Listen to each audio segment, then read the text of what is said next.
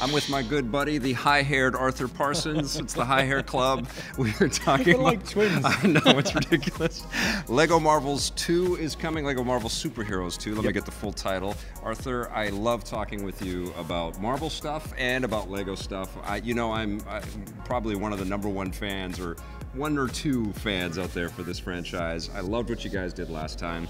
This time, obviously, a big, front and center appearance of the Guardians of the Galaxy. Yep. But tell us what's new with Lego Marvel Superheroes 2. What have we never done in a Lego Marvel game before? Well, this is I think we've tried to make everything feel new because the first game was pretty successful. Yeah. The reception was great for it. Players loved it. And so we've looked at this and gone, right, we've got to raise the bar. Yeah. This is a direct sequel. We're doing stuff in there that we've not done before in terms of characters. We've had an original storyline before, but this is an original storyline that branches. So it's got a non-linear path, which is great, through the most ambitious open world we've ever even tried to make. This is 18 different Marvel locations brought into one huge city, made possible by the time-traveling Kang the Conqueror. Okay. Much underused Marvel villain, may I hasten to add. Yep. And then we're also going to manipulate time. We've got a time mechanic in there where you can wind time forward, wind time backwards on certain elements in the world. You've got time used against you, which is great. And we always try and be funny.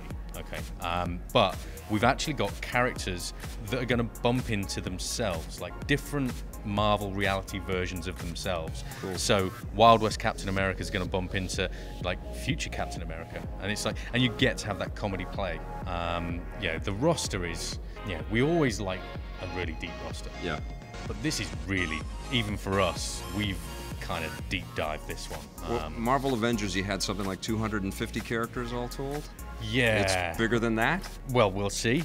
At the moment, we haven't revealed the full roster. Gotcha. But, don't want to put you on the spot. It's one of those. As we go through, once from announcement to release, that's when we seem to add more characters than normal. Right, because you're not done yet. You got to go back to the UK and finish this game, so you're still putting in features and putting in stuff. Yeah. Okay, I get it. I'm not going to grill you on the amount of characters. Tell me a little bit about the setting, because now you worked through the Avengers movies. You've been so far the only Avengers movie console video game experience that we've been able to really play. Yeah. Thank you for that, by the way. Super fun game. But you've also been in the comic lore quite a bit. Is this one more framed as strictly from the comics, or are we going to see some crossover with the movie versions of these characters? What are you guys kind of framing this as? The story is 100% original, sort of inspired by comics. Okay. As a direct sequel to Lego Marvel Superheroes. Yes. However, we know that people our age play Lego games, but also there's a whole new generation where sometimes this game could be someone's very first video game. Sure.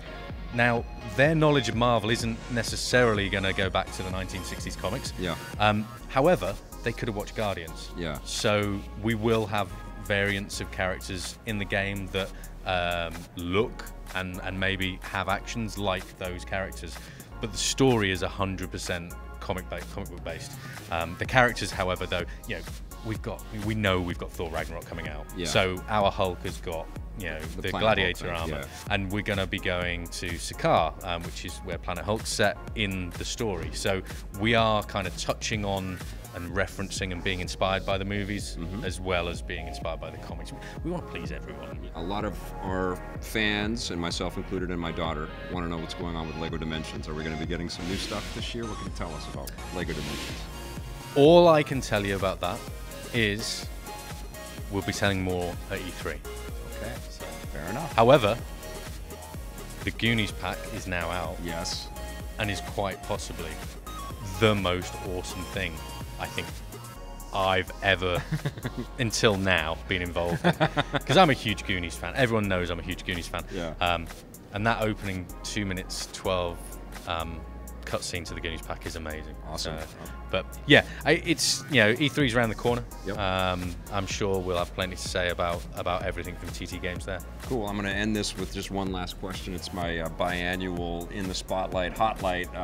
When are we going to get Marvel and DC in the same Lego video game? I have absolutely no idea. we are 1,000,000% like focused on Lego Marvel Super Heroes 2 and making it the best Lego Marvel game. So that's all that's on our mind right now. Gotcha. Can't wait, Arthur. Yeah. Thank you. I'm a huge fan. Pleasure. And I'll be there in November, brother.